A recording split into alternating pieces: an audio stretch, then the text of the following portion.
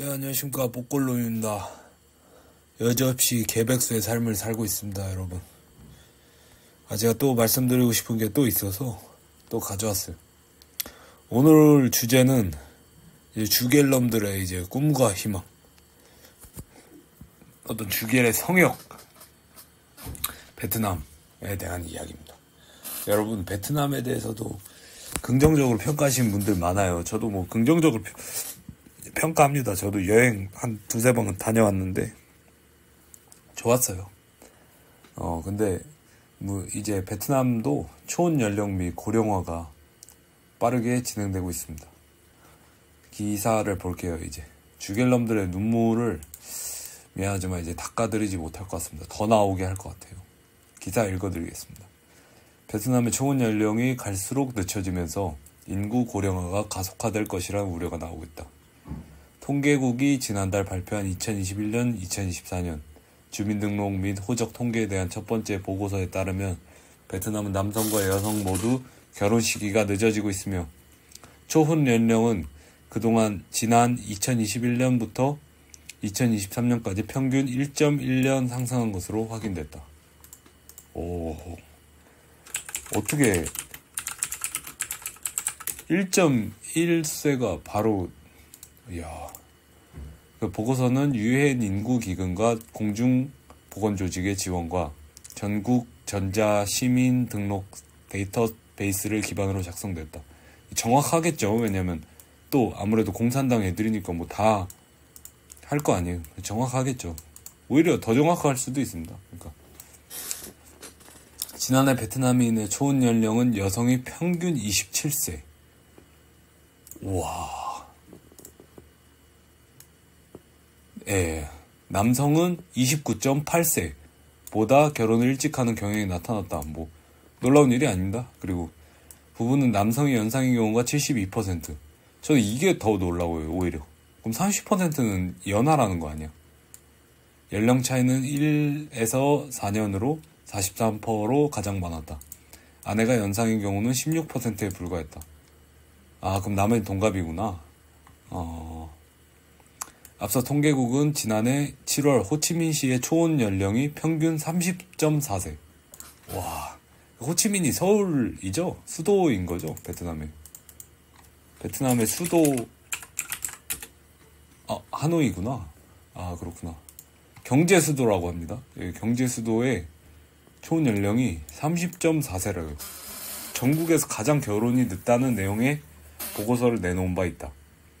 호치민시의 초혼 연령은 2019년 이후 지속적으로 상승세를 보이고 있고 연평균으로는 0.7년씩 늦어지는 모습을 보이고 있다. 와, 그러니까 얘네도 엄청 빠른 거예요. 그러면은 2030년 정도 되면은 여자도 30살 되고 남자도 우리나라 나이대 된다는 거 아니야. 무섭네요. 얘네도 아마 조치 취해야 될 텐데, 뭐, 우리가 뭐, 걱정할 일이 아니지. 잠시 판짠중, 실제 이름입니다. 웃지 마세요. 호치민시의 인구가족계획국장은 최근 연구들에 따르면 경제적 이유와 경력상 목표 등으로 독신이나 자녀 없는 삶, 또는 단순히 자유를 위해 결혼하지 않는 청년들이 늘고 있으며, 불우했던 가정사로 인해 결혼에 관심이 없거나 이상적인 배우자를 찾지 못한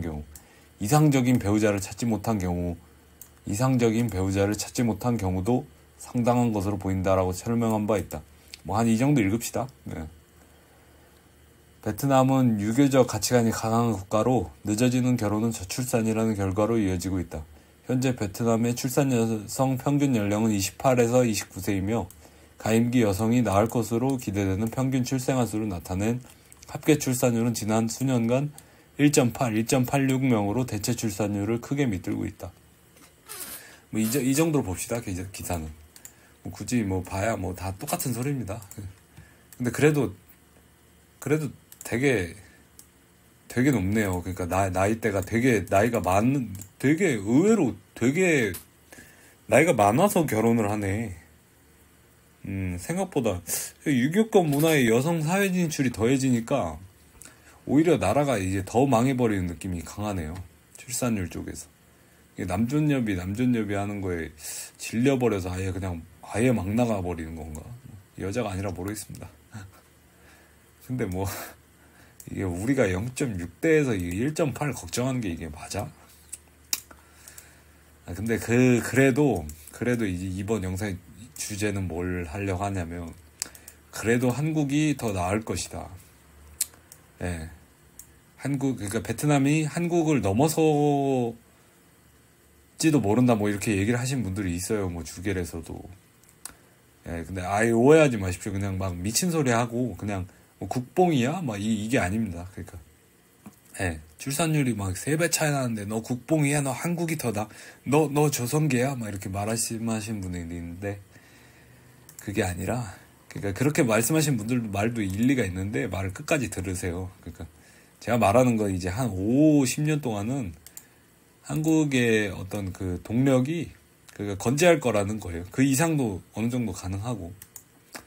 왜냐면 이제 가장 큰 근거로 이제 한국은 이제 적어도 중진국의 함정에서는 탈출했습니다.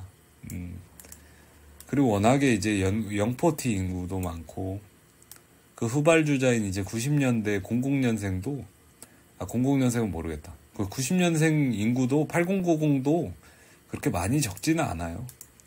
그래서 이제 지금의 기조가 무슨 전쟁이 나지 않는 이상 어느 정도 계속 유지는 될 겁니다. 힘이 빠지는 거지 아예 폭삭 무너지지는 않아요. 그리고 반도체나 뭐 이런 것들도 계속 이어나갈 거예요. 그러니까 이어나가는 게 성장한다는 게 아닙니다, 여러분. 연명을 하는 거죠. 베네수엘라화 돼가는 전철을 밟고 있긴 하지만 그 열차는 계속 가는 거야. 그러니까 레일이 폭삭폭삭 이제 계속 무너지고 있긴 하지만 그래도 이제 계속 열차는 일단 가긴 가는 거예요. 당장 이제 폭삭 망해서 베트남 이하로 떨어진다. 저는 그거는 이제 전쟁의 가능성 말고는 거의 없을 거라고 봅니다. 전쟁이 나도 근데 요즘 그냥 하도 리쇼어링이라고 해야 될까요? 미국으로 막 다 쳐가서 그냥 오히려 그냥 경제는 오히려 더 올라갈 수도 있어. 막 군수업체 막 이런 새끼들이 막 미국에서 다 팔고 막 그래가지고. 우리나라는 기업만 배불리고 뭐 서민은 굶어 죽죠. 군거는 이렇습니다. 이제 보여드릴게요. 이게 베트남의 경제규조 개요를 보면은 베트남의 미래 또한 그렇게 쉽지가 않을 거다라는 거를 알 수 있어요. 경제 체제를 일단 봅시다. 경제 체제, 사회주의 계획 경제, 시장 경제, 혼합 모델. 이건 좋다고 봅니다. 저는 이게 제가 뭐 사회주의 뭐 빨갱이 뭐 이런 게 아니라 이게 하나로 일방향적으로 밀어붙이는 게 경제 성장의 최고예요. 중국이 왜 경제 성장에 대한 어떤 그 추월차선을 탔겠어. 중국이 만약에 미국식 민주주의였으면은 저는 그렇게 못했었다고 봐요. 오히려 공산주의의 어느 정도 장점입니다. 물론 리더가 이제 옳은 방향으로 설정을 해야 된다는 어떤 그런 리스크가 있지만 그래도 좋긴 해요. 그래도. 그리고 GDP 규모 4,200억 달러, 세계 35위권이래요. 35위권이 그 정도구나. 그러면 그러니까 여러분들도 이제 만약에 이제 한국이 한 뭐 30년 뒤에는 이 정도로 떨어지겠구나 이렇게 생각하시면 좋죠. 예, 보면 됩니다. 그렇게. 그리고 여기서부터 이제 여기가 중요합니다. 성장률 2023년 5%, 2024년 6% 예상. 여기서부터 사실 좆박은 거예요. 여기서부터 그냥 한계가 드러납니다. 우리나라 성장하는 거 한 10%, 막 노무현 때도 막 7% 못했는데 이런 게 있었잖아요. 그 당시에도 그랬다니까. 근데 그 당시에 제가 돌이켜 볼 때 지금의 베트남보다 그 당시가 더 잘 살았거든. 예. 그러니까 글로벌 경제 전부가 솔직히 이제는 근데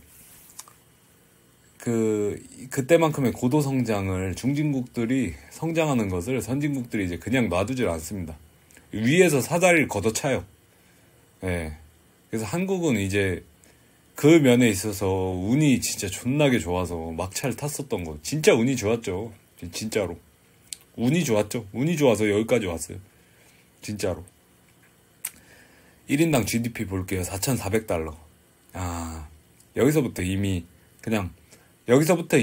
어느 정도 승패가 정해졌죠. 한창 치고 올라갈 시기인데 GDP도 올라가고 초연령 30살. 이게 쉽지가 않습니다. 진짜로. 한국은 어땠냐? 한국 한번 볼게요.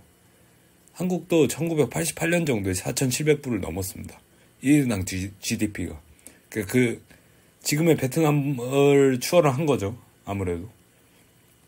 그때 출산율은 검색해보니까 1.55예요. 한국은 그냥, 그때도 그냥 저출산이었어. 보니까. 근데 그래도 80년대 말에 어떤 경제 성장률은 달라요. 1986년도에 11%, 그 다음 12%, 그 다음 12%, 그 다음 7% 이렇게 돼요. 그러니까 이 정도는 해야 중진국을 벗어난다고. 이 정도는 해야. 근데 지금 베트남이 이걸 하나요? 베트남 2024년에 6% 성장인데.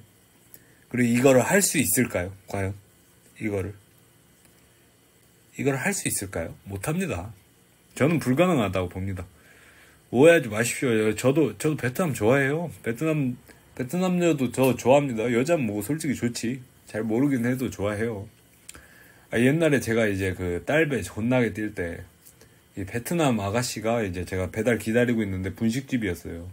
분식집에서 기다리고 있는데, 베트남 아가씨가 이제 오뎅 국물을 준 적이 있어요. 이렇게 오뎅 국물 두 손으로 이렇게 주더라고. 아주 귀여웠어요. 그래서 감사하죠. 근데 저도 말하고 싶습니다. 저도 주겔 아재들의 희망을 깨부수고 싶지가 않아요.